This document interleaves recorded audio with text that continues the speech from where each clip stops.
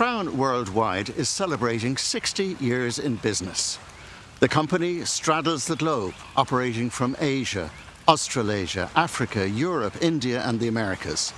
It employs 3,000 people across 6 divisions, and it serves an extraordinary 28,000 customers.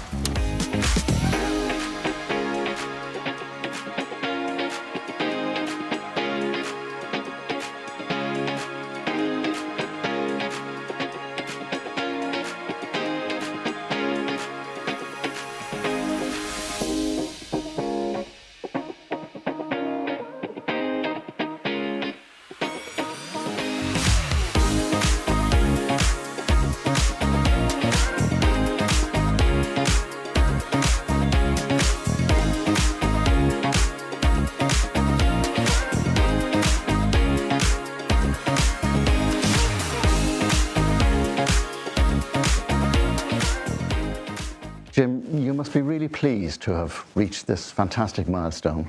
I am indeed. You know, I never could have dreamed that we'd be going so strong and successful at the 60th year, and it's just a very fulfilling feeling to say that what we started as a tiny little company has now been able to provide jobs and success for so many people. A tiny little company that's now not a tiny little company, and you're in charge of where it goes from here. That's big responsibility, but also it must be a moment of great satisfaction for you. I've worked for the company for 30 years. And before that, as his daughter, I was watching and learning just by being in the family. So for most of the 60 years, I've been around and I've seen periods of great growth and also periods of challenge. And watching how we solved or how we celebrated those different phases, it's been incredible. The one thing that made all the difference was our people. Let's go back right to the beginning, Jim. You were born in New Jersey. You grew up in Bayonne. Your dad was in the Navy, but you had some youthful experience of the Far East. Tell us about that. But my father, he was called into the Navy in World War II, and we started moving, and that changed everything for a typical Bayonne guy. And we initially went to Guam in the Pacific for a year. I was still quite young. And then back to California, where I went to high school and college. And then I got, when I was 18, I got another trip to Japan when my father was stationed there. I wasn't living there, but the summertime I could go over there for a year. And then now I saw a real foreign country, and it just intrigued me. So a couple of years later, when I was at university, my roommate and I talked about a trip we were going to make, and we would like to have made. And it started out just saying going to Europe, but as the semester went on and we talked about it, we said, well, why not go to the Middle East, and why not go to India? And so the trip ended up being a round the world trip, and it was about 9 months, and it was the life-changing thing for me. But on that trip, it ended in Japan. That's when I got to stay there for a couple of months, and it was just amazing. I was so intrigued by the way the Japanese were, and all I could think of after that was to go back, finish my degree, and get back to Asia. The engineering degree was handed out, and I did a bit of time in the Air Force as well. All I wanted to do was go back. But in 1963, back in Japan, you got a job, I think, through your dad to do with removals, logistics, et cetera, et cetera. Exactly. So my father, when he left the Navy, he was in Japan, and he transitioned right into a private company in Japan. So he was there for a couple of years, and then he was promoted back to California. And I was just graduating. He knew my desire to go to Japan. So he talked to his boss and said, can we employ Jim in the Yokohama office? And so, yeah, I started my career with the same company that my father worked for. I was in Japan, and he was in California. And then that job came to an end, and you cashed in your return ticket to the States and thought, I'm going to start my own company. What happened was that my father actually resigned from the company, and I was collateral damage, so they sent someone out to Japan to get rid of me. And so I was then 24 years old, still loving Japan, certainly not finished with my stay there. And a man came out and said, you're done, and I had to make a decision of what to do. So my father, then out of the company, the two of us were kind of communicating for a month or so. Let's try to do something on our own.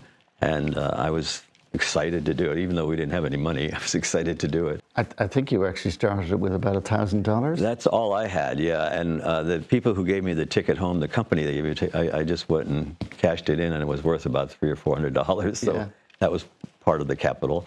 And that's what started it all, and now it's got a turnover of hundreds of millions. Yeah, no, it was quite a. I mean, I think when I go back and think about that, it wasn't. It was just an attitude of we got to make this happen, and wasn't really thinking about the money. I know that sounds a little too simple, but we were just whatever money we got for a business job, we'd pay bills and kept going. But yeah, it wasn't unusual. I wouldn't recommend that to future entrepreneurs, by the way. But the one thing that you didn't talk about that I love this story is about when you won your first piece of business, how you couldn't believe that they hired. I still have the check, actually. I mean, a copy of the check. No, we cashed it very quickly, I can tell you. And who was the client and what? The very first client was a gentleman who was a flight engineer for Japan Airlines. And in those days, it was so close after the end of World War II that Japan Airlines didn't have their own nationality pilots, so they had to hire pilots from other countries. And so this gentleman had finished his tour with Japan Airlines, and we were packing him to go back to California. And so, At that time, it was less than 2 decades after the end of the Second World War, which was extremely traumatic, to put it mildly. Japan was a defeated nation, and you were an American trying to carve out a business career for yourself there. Was it difficult at all being an American at that time? it wasn't any special treatment, I should say.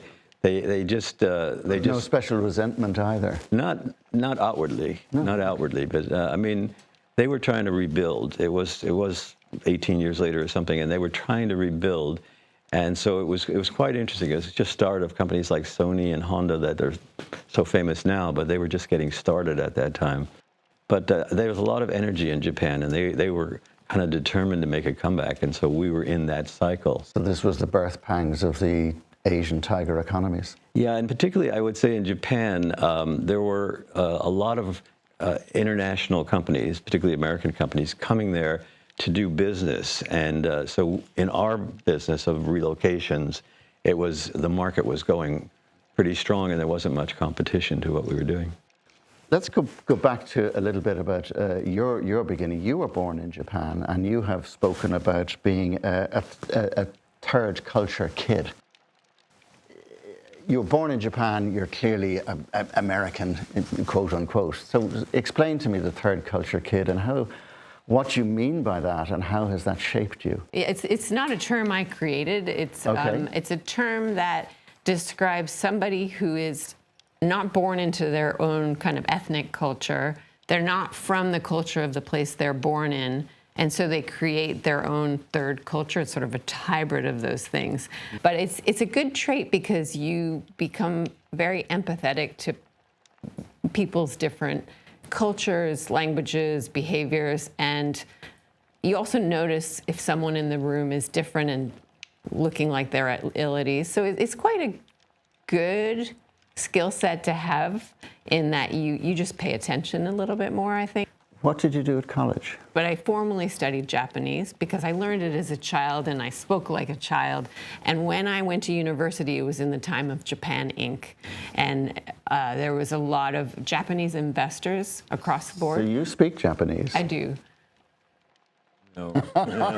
I use it. She's got one up on you. I know she does, and I use it as well, I'm so embarrassed about it that I don't speak any other language, but I use it as a thing to say, you can do that overseas. You get people around you that speak English, and you can build a business. Isn't that a great excuse? Disease. But I'd just like to add a comment, because when we were starting in the 60s, this was really the beginning of the era of globalization. Not that it didn't exist before, but it really started to take off. And the fact that we were already overseas, it was in Japan and then Hong Kong, it made it a little bit easier for us to understand the international scene, so to speak.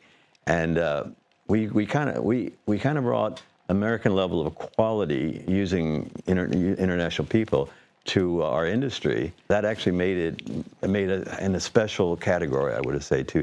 Well, listen, let's talk about globalization, because it's something I did want to get onto. you are quintessentially a company of the globalized world. You know, and I know that's something that you have strong feelings about. It seems as though the kind of world politics, if you like, the oil tanker is kind of shifting at the moment, and we're potentially going into an era of tariffs, of trade wars, of retrenchment, of protectionism. Does that worry you? You know, I don't worry about it because I don't think it's sustainable. I think we are gone too far. We are a globalized world, and if you look at products that you buy every day, where were they made, or some parts of them, even cars, airplanes, everything. So we've gone too far. And while politicians could, you know, make a case, oh, we should bring those jobs back home, it's impossible. I mean, you can't get the same quality and the same cost, and people would go up in arms if they, you know. But if the political forces are driving in that direction, they will go some way down that road. Right. But and there will be consequences. But I think that will be temporary, and you know, it will not be a long-term strategy. I understand why it's being done, because some of the industrialized countries of the West are now, you know, losing their basic industries, or they're being damaged, like automobiles. But I think in the end of the day, so there has to be a medium there where they'll reach a level, and people will still want the best products at the best price. As CEO, this is quite a big challenge. Yeah, trade forward. wars are not good for our clients either. And so when things are not good for our clients, that's not good for us. But what we've seen in our businesses is, you know, we started as a removals company. Yeah.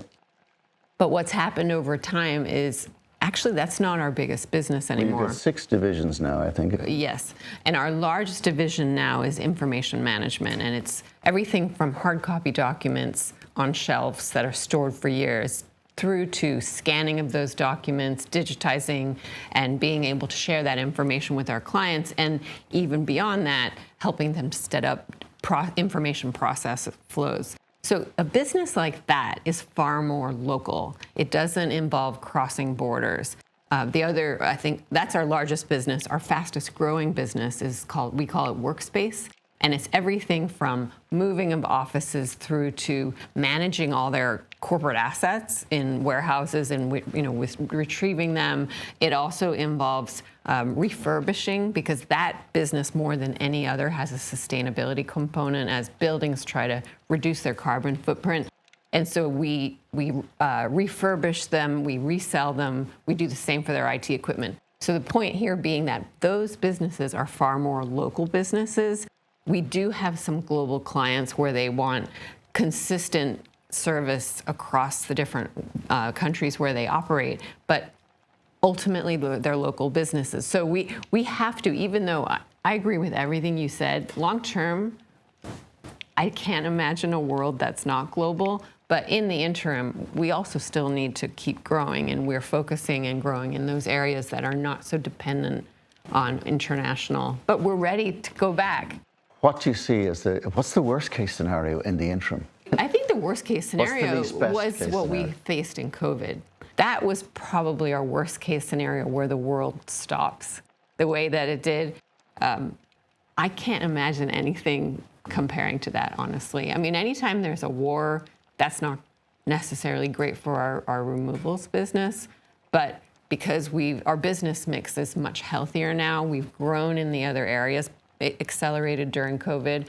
That puts us in a better position really to flex with what's happening in the world. The COVID situation was one, but there have been others that have been significant in the history of our company. Mm-hmm. And they were really challenging to the management, like, how do we deal with this, you know? It drives us into diversification, as you mentioned, the 6 things we do, and there will be more in the future.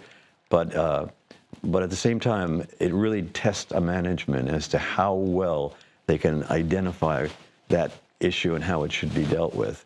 And fortunately, we've gotten it right over the years in terms of these problems that have come to. And tapping into your workforce for ideas must be crucial to that.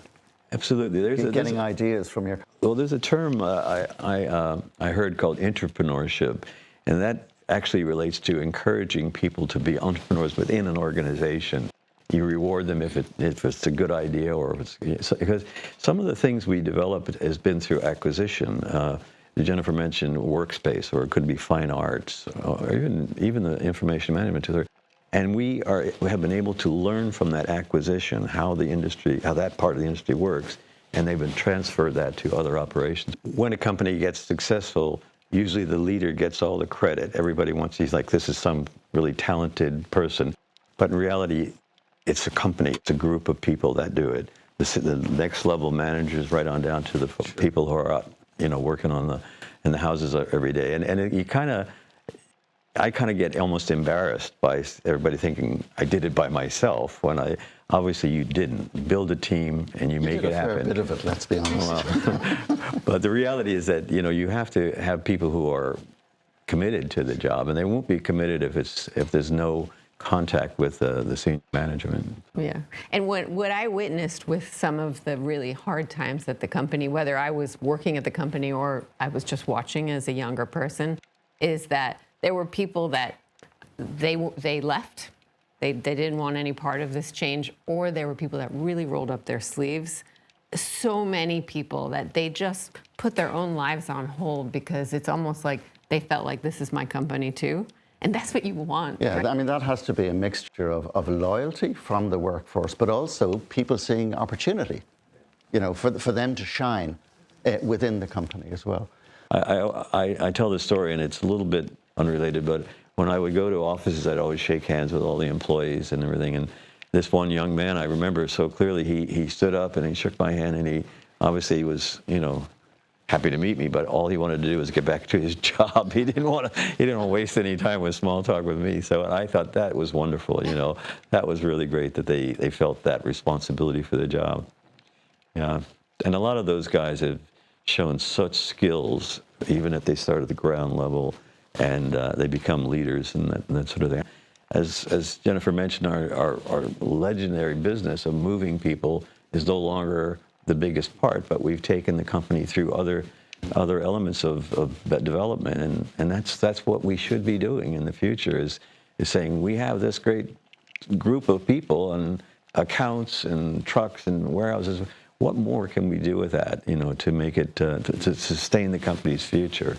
And as I say, that's kind of past my time now, but I have to say that there's nothing, I have no bigger pleasure than to know that we've succeeded all these years, but also that the transition is in really good hands, taking it into the future.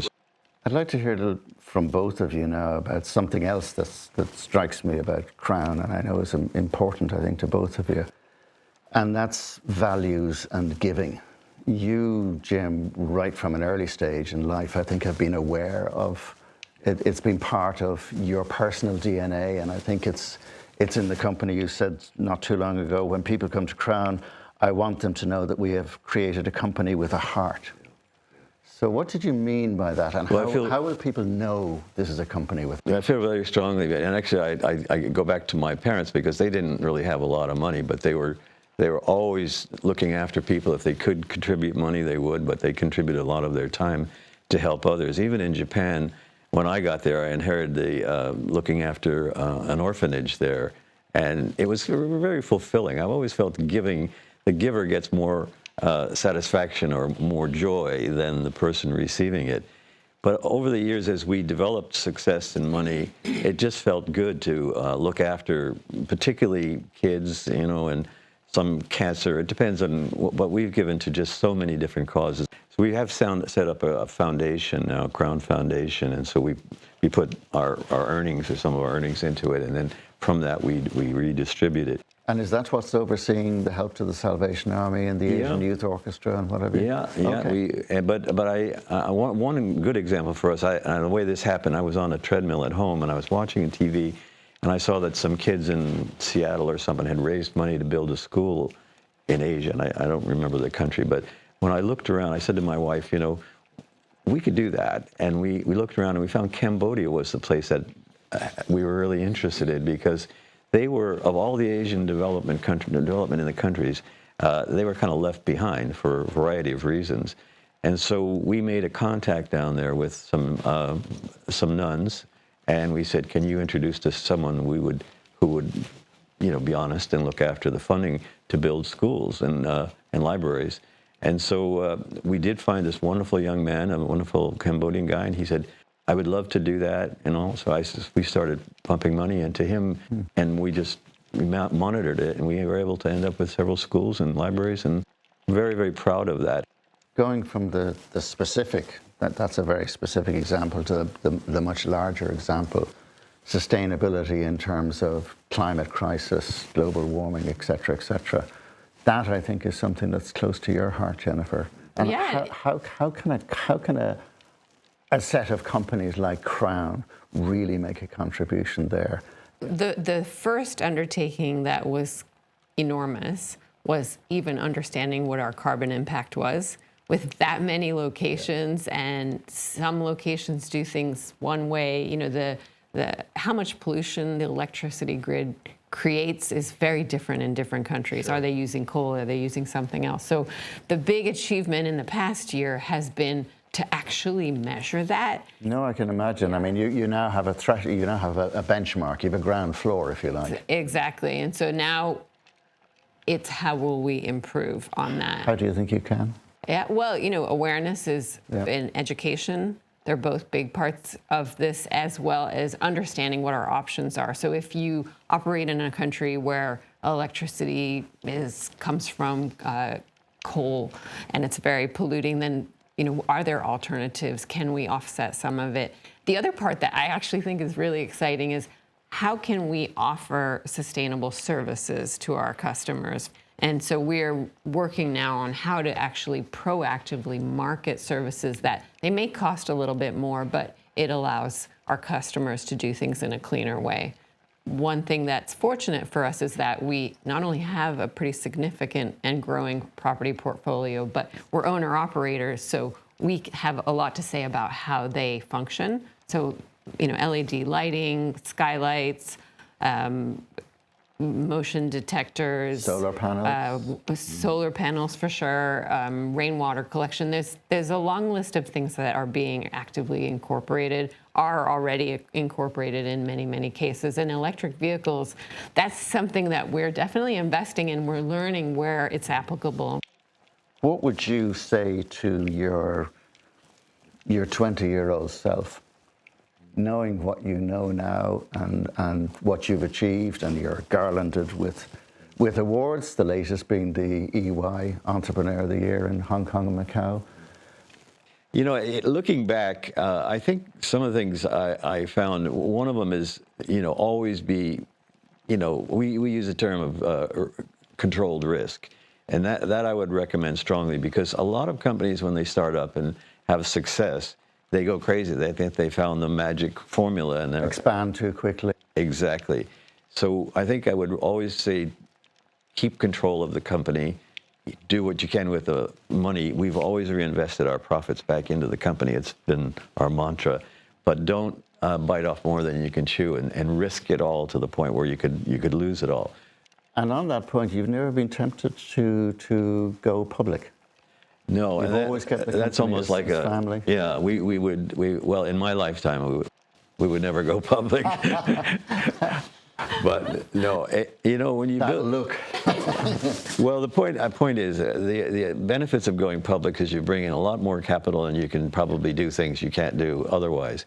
But on the other hand, you can easily destroy a culture that we're very proud of, and that having people feel part of a business. You were talking about long-term employees, and we have had so many 30th anniversaries now of working in the company, and 145, and I'm really proud that the people have stayed with us that long and haven't been tempted to. And what would you say to them now on the 60th anniversary of this great company? What would you say to them about the next 10 years, the next 20 years, why you want them to stay, what you expect of them, and what should they be celebrating along with you? Well, I would say to them, talk to Jenny, because we'll get to her in a second. No, I think that first of all, I would hope that they take pride, even though most of the employees were not around 60 years ago, but take pride in that and continuing the success the company's had and being part of it. I think we do have a lot of that kind of feeling in the company right now. And again, look for ideas that we can do. We will, as management, of course, and look for ideas of how we can take this in that framework of logistics. Bring forward ideas that we can continue to expand the business. And now you're guiding this incredibly successful group of companies with which you obviously have a professional commitment, but a hugely personal one as well. I mean, this was started by your father. That's an enormous responsibility. Does it rest easy on your shoulders? I don't know how to answer that question, but it's not just an obligation to him and his legacy. It's an obligation to all of the people who work for us. They all have families and they're very committed. So if I were to say one thing on our 60th anniversary is a huge thank you to the people who've worked for us in the past and who work for us now. It doesn't matter if they've been with us 40 years or 1 year, all the people that they're in it, you know, they've got their head in the game, that I would say thank you. And while it's a big responsibility, it's not one that I feel alone in, because I actually don't think I'm necessarily the only person who could take the company forward. We're lucky that we have incredible tenure on our management team, and there are other people who could do this as well. But even better is that we're doing it together. So I'm really optimistic. Yeah. I think we're in a good place, weathering the last few years that were especially tough due to the pandemic. It made us stronger. It taught us a lot. You know, you'll often hear that tough times teach you much, much more than the good times, and that was definitely true. Well, the other phrase is, we are tested in adversity. Yes, definitely. One of my final question was going to be to you about what do you see as your most valuable asset in the company, and I think you've answered it. It's your colleagues. Yeah, absolutely. And it's not just the executive leadership team by any means. There are people who are customer facing who are amazing. And we, at the end of every year, have this special kind of global awards scheme where there are winners in each country, then they graduate, and then of them, some win in each region. At the end of the year, we have global winners. And while those stories are so inspiring, and I love that time of year, I also wish we could give more awards, because there's some really good things that happen all across the company. And with our people, the group of people that aren't always mentioned, but are as important as anyone else, are the people who are out in the field. They're the ones who are coming face to face with our customers. They're also the ones that often have the really good ideas for innovation. So again, you know, 60th anniversary, that's probably what I'm most proud of is people. It sounds corny, but it's actually true, especially in a service business. Well, on the 60th anniversary, I think you can both give yourselves an award. So, well, you know, you asked a question earlier about humility, or about how, and whenever you are complimented like that, you kind of feel, I always get a little bit of embarrassment, because I never want to, I love it in a sense, but I really like to share it, you know, because it wasn't just me, you know, it was a lot of people, and maybe I had the ability to work with them or even manage them, but I found so many of them just doing, they were almost more dedicated than anyone, you know, to make it happen, and they were actually not the owners of the business, so to speak.